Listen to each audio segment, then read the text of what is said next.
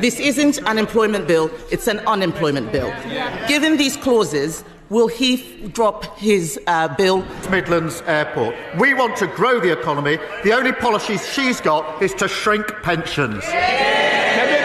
Imagine your local high street, once bustling with independent shops, now a ghost town of boarded-up windows. For many Britons, this nightmare scenario feels all too possible. Prime Minister set his growth test.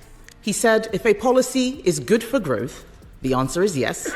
If it's not, the answer is no. Offence, again underreported, absolutely ruining of lives, and there are a number of measures that we are setting out this morning. In this video, we bring you face to face with the small business owners caught in the crossfire of today's PMQs debate. Their stories will change how you see the policies shaping Britain's economic future. The Employment Bill, touted as a landmark piece of legislation by the government, has become a lightning rod for controversy in today's heated PMQs debate. On the surface, it promises to strengthen workers' rights and modernize Britain's labour laws. But beneath this shiny veneer, critics argue, lies a potential Trojan horse that could wreak havoc on the UK's already fragile economic landscape. At the heart of the conflict stands Sir Keir Starmer, the Labour leader, who's painting a grim picture of the bill's impact on small businesses. His accusation that this legislation will make it harder for businesses to hire new employees. It's a claim that sent shockwaves through the Commons and beyond, forcing us to ask, is this bill a gift to workers or a curse on the very businesses that employ them? Let's break it down. The Employment Bill introduces a raft of new protections for workers, including enhanced rights for flexible working, extended maternity and paternity leave, and stricter enforcement of holiday pay. Sounds great for employees, right? But here's where it gets tricky. These provisions come with a hefty price tag for employers, especially small businesses already struggling to keep their heads above water in a post-pandemic economy. Chancellor embraced a series of conservative policies. Although many are welcomed, they will take years to deliver. This challenge that you're facing in this office in the work that you're doing, and they knew because they faced it every day what the biggest challenge was, and then I asked them what... Take Sarah, a cafe owner in Manchester. She's all for treating her staff fairly, but the prospect of additional costs and red tape has her worried. I want to expand and hire more people, she says, but with these new regulations, I'm not sure I can afford to. Sarah's not alone. Across the country, small business owners are grappling with the potential consequences of the bill. On the flip side, workers' rights advocates argue that these protections are long overdue. It clearly fails the Prime Minister's growth test. Will he drop it? Mr. Speaker, and that's what these policies are designed to achieve, and that's why the White Paper will be published imminently. We can't have economic growth at the expense of workers' well-being, says Union Representative Mark Thompson. This bill finally gives employees the security they deserve. But here's the rub. Could these well-intentioned protections actually backfire? Economic experts warn of unintended consequences. Increased costs could lead to job losses as businesses struggle to adapt. Some fear a rise in zero-hour contracts or outsourcing as companies seek to sidestep the new regulations. And then there's the question of hiring practices. Will businesses become more reluctant to take on new staff, potentially stifling growth and innovation? As the debate rages on, one thing is clear. The impact of this bill will be felt far beyond the walls of Westminster. I think the proposition they left a golden inheritance was tested on the 4th of July, which is why they're standing there. So this is a really important conversation to create that NHS of the future, a moment in our history. It's not just about numbers on a balance sheet. It's about the fabric of British society. Will your local high street thrive or wither? Will young people find it easier or harder to get their foot on the career ladder? The government, for its part, staunchly defends the bill. They argue that by creating a fairer work environment, they're laying the groundwork for sustainable economic growth. But as accusations of misleading the commons fly back and forth, one has to wonder, is this truly about protecting workers, or is there a hidden agenda at play?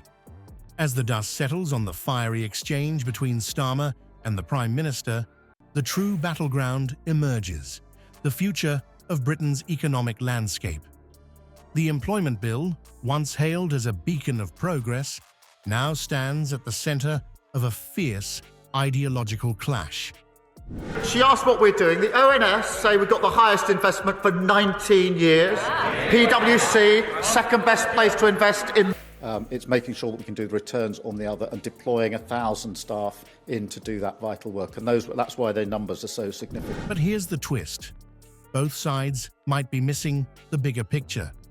The Prime Minister, armed with his arsenal of planning reforms and infrastructure projects, paints a rosy picture of a thriving economy built on worker protection.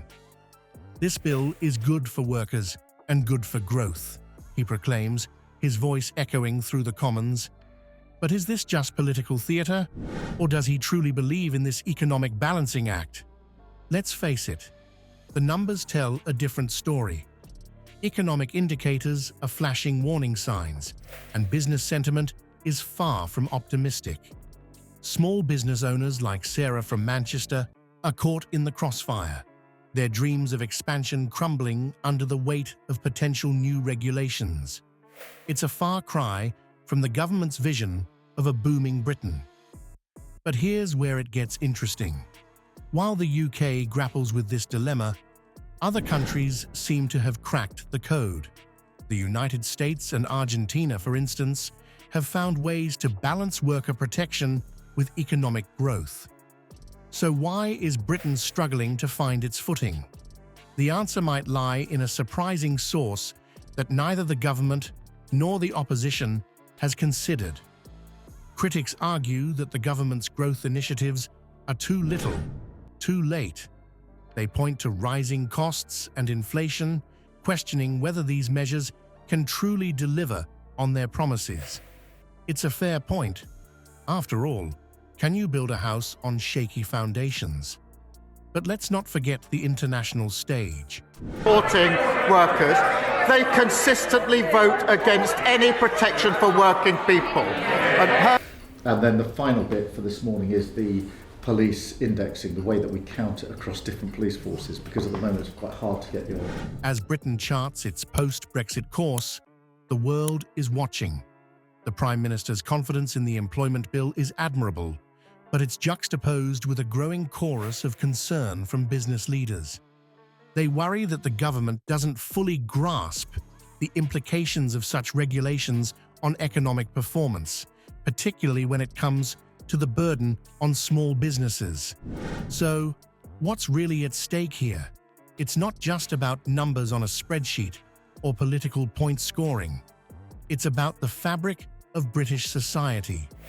Will your local high street thrive or wither? Will young people find it easier or harder to get their foot on the career ladder? These are the questions that keep Britons up at night. As the debate rages on, one thing is clear. The path to economic prosperity is far from straightforward. The government's strategy is a high-stakes gamble, and only time will tell if it can deliver on its promises. Examples of AI and scans and radiologists working together to achieve much greater results. Plenty of examples. And on top of the planning reform, the building the houses, supporting aviation, the Chancellor this morning spoke of the Oxford-Cambridge growth corridor. But here's the kicker. While politicians argue, real people's livelihoods hang in the balance. As the dust settles on this fiery PMQs debate, we're left with a burning question. Is there really no middle ground between protecting workers and fostering economic growth? The clash between Starmer and the Prime Minister has laid bare the stark choices facing Britain. On one side, we have the promise of enhanced job security and workers' rights. On the other, the allure of a dynamic, competitive economy. But must we choose between these two visions, or is there a third way that's being overlooked?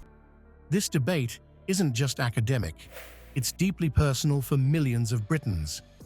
As you watch this unfold, ask yourself, what matters more to you? The safety net of robust worker protections or the potential for greater economic opportunities? Your answer might just predict how you'll vote in the next election. Speaking of which, here's a thought to chew on. Could this economic tug-of-war be the deciding factor in Britain's political future? History shows us that economic policies have swung elections before. The Conservatives have often clinched victory by positioning themselves as steady hands on the economic tiller. But with Starmer challenging their approach head-on, all bets are off.